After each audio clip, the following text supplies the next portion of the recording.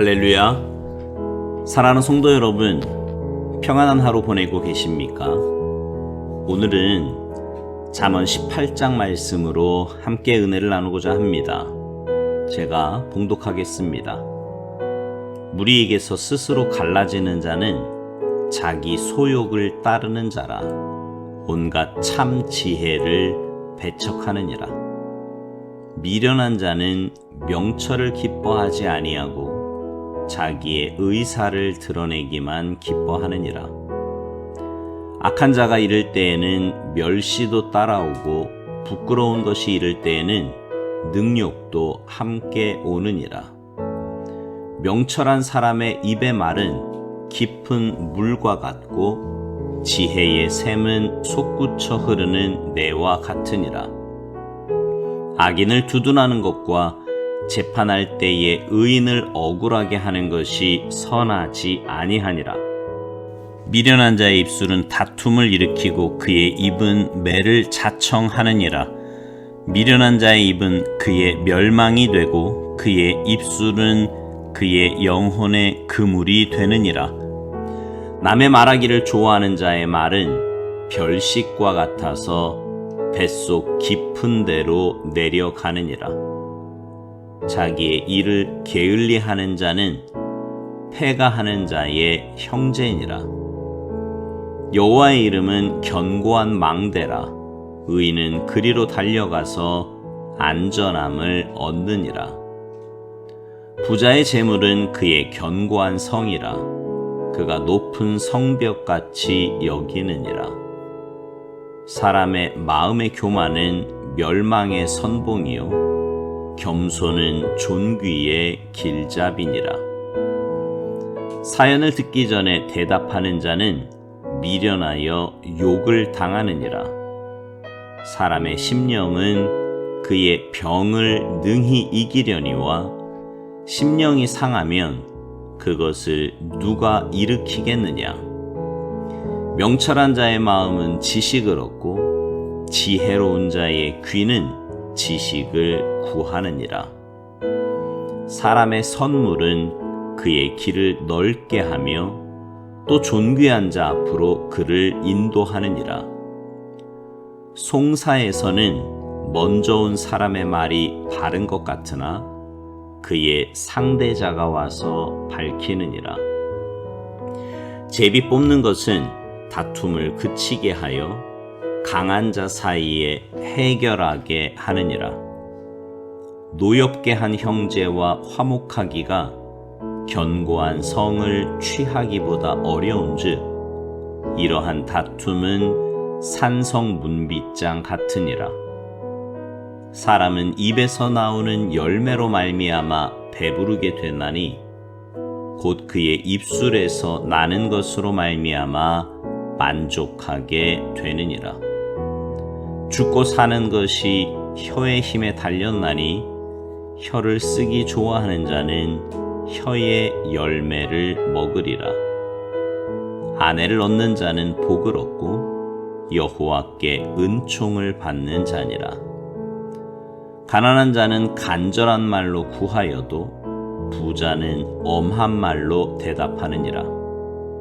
많은 친구를 얻는 자는 해를 당하게 되거니와 어떤 친구는 형제보다 친밀하니라. 아멘. 우리가 매일 묵상하고 있는 잠언에는요, 지혜로운 사람과 어리석은 사람을 자주 비교해서 말씀하고 있지요. 지혜로운 사람은 어떤 사람이에요? 분노를 참고 인내하는 사람, 유혹을 멀리하는 사람, 부지런히 수고하는 사람, 사람을 살리는 말을 하는 사람을 지혜로운 사람이다, 이렇게 말씀합니다. 반면에 어리석고 미련한 사람은 어떤 사람입니까? 쉽게 분노하며 참지 못하는 사람, 세상 유혹에 쉽게 넘어가는 사람, 게으르고 귀찮아하는 사람, 사람에게 상처 주는 말을 쉽게 하는 사람을 미련한 사람이라고 말씀합니다. 어리석은 사람이 있지요. 세상 사람들은요, 흔히 IQ가 높고 또 머리가 좋으면 지혜롭다고 생각을 하고요, 머리가 좋지 않으면 좀 미련하고 어리석다고 생각합니다. 그러나 사람이 지혜로우냐 어리석고 미련하냐 하는 것은 사실 그 사람의 IQ가 높고 머리가 좋은 것과는 큰 관련이 없습니다. 하나님을 경외하고 하나님의 말씀에 순종하려는 자세를 가지고 있으며 예수님을 진실되게 믿으면 누구나 지혜로운 사람이 될 수 있어요. 그러나 아무리 머리가 좋아도 하나님을 경멸하고 하나님의 말씀을 가볍게 여기고 무시하는 사람은 어리석고 미련한 사람이 될 수밖에 없는 겁니다. 오늘 본문 12절에 보면 이런 말씀이 있거든요. 사람의 마음의 교만은 멸망의 선봉이요 겸손은 존귀의 길잡이니라. 무슨 말이에요? 가장 어리석고 미련한 사람은 교만한 사람이고요. 가장 지혜로운 사람은 겸손한 사람이라는 겁니다. 신학자들 중에서 죄 중에 어떤 죄가 가장 큰 죄인지에 대한 논쟁이 있었습니다. 여러분은 죄 중에 가장 큰 죄가 무슨 죄라고 생각하세요? 디모데전서 3장 6절에 보면 이런 말씀이 있습니다. 새로 입교한 자도 말지니 교만하여져서 마귀를 정죄하는 그 정죄에 빠질까 하며. 원래 천사였던 마귀가 무슨 죄를 지어서 마귀가 되었어요? 바로 교만죄지요. 잠언 6장 16절 이하에도 보면 하나님이 미워하시는 죄 7가지가 나열되어 있는데 그 중에서 하나님이 미워하시는 첫 번째 죄가 바로 교만이라는 것을 알 수 있습니다. 그래서 교만은 죄의 뿌리에 해당되고요. 하나님이 아무리 은혜를 베풀어 주셔도 그 은혜를 담을 수도 받을 수도 없도록 만드는 무서운 죄라는 겁니다. 그렇다면 여러분, 죄의 뿌리에 해당되며 하나님이 아무리 은혜를 베푸셔도 받을 수 없도록 만드는 교만이란 뭘 의미할까요? 교만한 사람은요, 실제 자신의 모습보다 크게 부풀리는 사람을 의미하고요. 대신 상대방은 심하게 깎아내리고 무시하는 사람입니다. 그래서 교만한 사람은요, 자신을 너무 과대평가하게 돼요. 그 다른 사람이 자신에 대해서 객관적으로 평가해주면 굉장히 싫어하게 됩니다. 반면에 겸손한 사람은 자신의 실제 모습을 정확하게 아는 사람이라고 할 수 있어요. 다른 말로 표현하면 교만한 사람은 자신의 주제 파악을 못하는 사람이고요. 겸손한 사람은 자신의 주제 파악을 정확하게 하는 사람인 겁니다. 그렇다면 여러분, 우리를 가장 정확하게 평가하고 판단하실 수 있는 분이 누굴까요? 야고보서 4장 12절에 보면 입법자와 재판관은 오직 한 분이시니 능히 구원하기도 하시며 멸하기도 하시느니라. 너는 누구이기에 이웃을 판단하느냐. 재판의 기준인 법을 만드신 분도 하나님이시고 그 법대로 평가하시고 판단하시며 재판하시는 분도 하나님이시라는 겁니다. 이 땅에 태어난 사람들은 누구나 예외 없이 하나님의 평가와 판단을 결코 피할 수 없지요. 하나님은 기본적으로 모든 인간은 하나님이 만드신 법에 따르면 다 죄인이라고 평가하십니다. 그래서 만일 자신이 죄가 없고 죄인임을 인정하지 않는 사람은 하나님의 평가를 인정하지 않겠다는 거예요. 그래서 겸손한 사람이란 하나님의 평가를 그대로 인정하고 받아들이는 사람을 의미하고요. 그런 사람만이 예수 그리스도의 십자가의 속죄를 통한 하나님의 구원의 은혜를 받게 됩니다.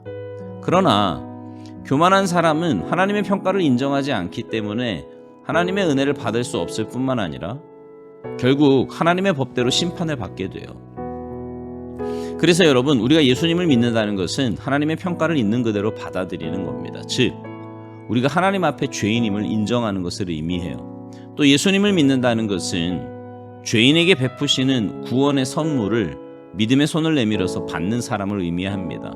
그래서 겸손한 마음이 없으면 예수님을 절대로 믿을 수 없게 되는 거지요. 그래서 우리가 이렇게 예수님을 믿고 하나님을 예배할 수 있게 된 것은 우리가 교만한 마음을 버리고 겸손한 마음을 가지게 되었기 때문입니다. 근데 여러분, 우리는 어제 겸손했다고 해도요, 오늘은 다시 교만한 자로 살아갈 수 있다는 사실을 기억해야 돼요. 성경에서는 내가 지금 다시 교만한 모습으로 변해가고 있는지 아니면 겸손을 계속 유지하고 있는지 평가할 수 있는 판단, 그 기준을 몇 가지 보여주고 있습니다. 역대하 32장 25절에 보면 한때 정말 겸손했던 히스기야 왕이 교만하게 되었는데요. 그 원인이 그가 하나님으로부터 받은 은혜를 잊고 감사하지 않는 사람이 되었기 때문이라는 겁니다. 그래서 우리는 항상 하나님으로부터 받은 은혜를 늘 기억하며 감사하며 보답하는 삶을 살아야 교만하지 않고 겸손하게 살 수 있는 겁니다. 또 잠언 13장 10절에 보면 이런 말씀이 있어요. 교만에서는 다툼만 일어날 뿐이라 권면을 듣는 자는 지혜가 있느니라. 요즘 내가 있는 곳에 자주 다툼과 싸움이 생기고 있다면 내가 점점 교만해지고 있구나 하고 깨달아야 합니다. 그러나 내가 있는 곳에 화목과 화평함이 있다면 내가 겸손함을 잃지 않고 있다고 생각할 수 있는 거지요. 잠언 21장 24절에 보면 무례하고 교만한 자를 이름하여 망령된 자라 하나니 이는 넘치는 교만으로 행함이니라 이렇게 말씀합니다. 겸손한 사람의 특징은 상대방의 인격을 존중합니다. 근데 내 자신의 모습 속에 점점 예의가 없어지고 무례한 행동이 자주 나타난다면 내가 지금 교만해지고 있구나 깨달아야 한다는 거죠. 사랑하는 성도 여러분, 하나님은 교만한 사람을 낮추시지만 겸손한 사람은 높이신다고 약속하셨습니다. 이미 우리가 겸손함으로 예수 그리스도를 믿는 사람이 되었지만 더욱 겸손함으로 더 풍성한 은혜를 누리시고 나누시는 지혜로운 삶을 살아가시기를 주님의 이름으로 축복합니다. 아멘.